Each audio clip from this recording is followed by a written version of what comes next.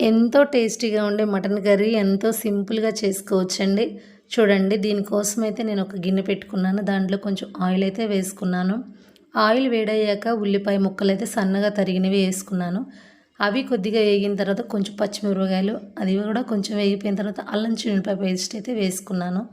దీనికి కొంచెం వేగిపోయిన తర్వాత దీంట్లో అయితే కొంచెం పసుపు, కొద్దిగా సాల్ట్ కూడా వేసుకొని దీన్ని అయితే కొంచెం సేపు మగ్గనిచ్చుకోవాలి. ఇప్పుడైతే ఇది కొంచెం ఉడికిపోయింది. చూడండి, చక్కగా ఇట్లా ఉడికిపోయిన తర్వాత దీంట్లో మనం ముందుగానే ఉడకబెట్టుకున్నటువంటి మటన్ అయితే వేసుకోవాలి. ముందైతే మటన్ని సన్నగా కోసేసుకొని నీట్గా కడిగి 2-3 సార్లు ఉప్పు వేసుకొని ఉడకబెట్టుకున్నాను. కుక్కర్లో కనుక ఉడకబెట్టినట్టయితే ముక్కలు మెత్తగా ఉడికిపోతాయి. తర్వాత మనం కూర తాలింపు వేసుకున్నప్పుడు ఈజీగా అవుతుంది కర్రీ. అందుకే నేనైతే అట్లా కుక్కర్లోనే ఉడకబెడతాను మాంసం ఇప్పుడైతే చూడండి, కారం వేసేసుకున్నాను. ఈ కారం కొద్దిగా మగ్గిన తర్వాత ఎండు కొబ్బరి మిక్సీ పట్టుకొని అది కూడా వేసేసుకున్నాను. దీన్నైతే మనం ఒక 10 నిమిషాలు ఉడకనిద్దాం. ఇక్కడ కొంచెం ధనియాల పౌడర్ కూడా వేసేసుకున్నాను. ధనియాల పౌడర్ వేసుకుంటే చాలా టేస్టీగా ఉంటుంది కర్రీ. నేనైతే కొంచెం పుదీనా, కొంచెం కొత్తిమీర ఇందులోనైతే వేసుకుంటాను.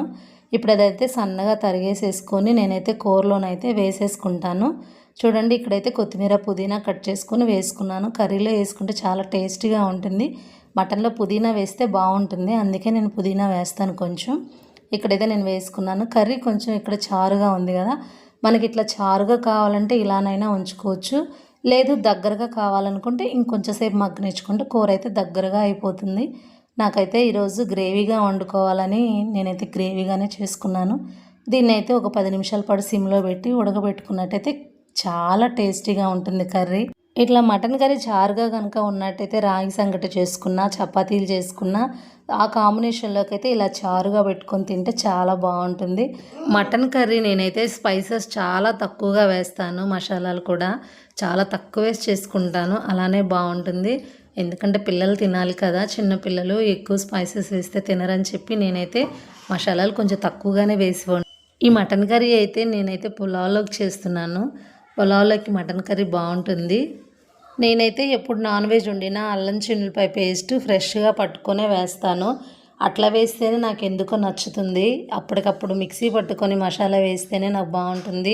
ఇక్కడైతే నాకు కూర అయితే రెడీ అయిపోయింది. చూసారా ఎంత బాగా ఉడికిందో. ఇక్కడైతే నేను ఒక సర్వింగ్ బౌల్లోకి తీసేసుకుంటున్నాను. చూడండి, గ్రేవీ దగ్గరగా ఉడికిపోయింది కదా కర్రీ. ఇట్లా దగ్గరగా ఉన్న కూర అయితే అన్నంలోకి చాలా బాగుంటుంది. మీరు కూడా ఒకసారి ట్రై చేయండి. చాలా ఈజీ, సింపుల్ అండి. చాలా టేస్టీగా ఇంట్లోనే మటన్ కర్రీ చేసుకోవచ్చు. ఎంతో ఈజీగా, కష్టం అనేది ఏది ఉండదు. ఇంత ఈజీగా చేసుకోవచ్చు.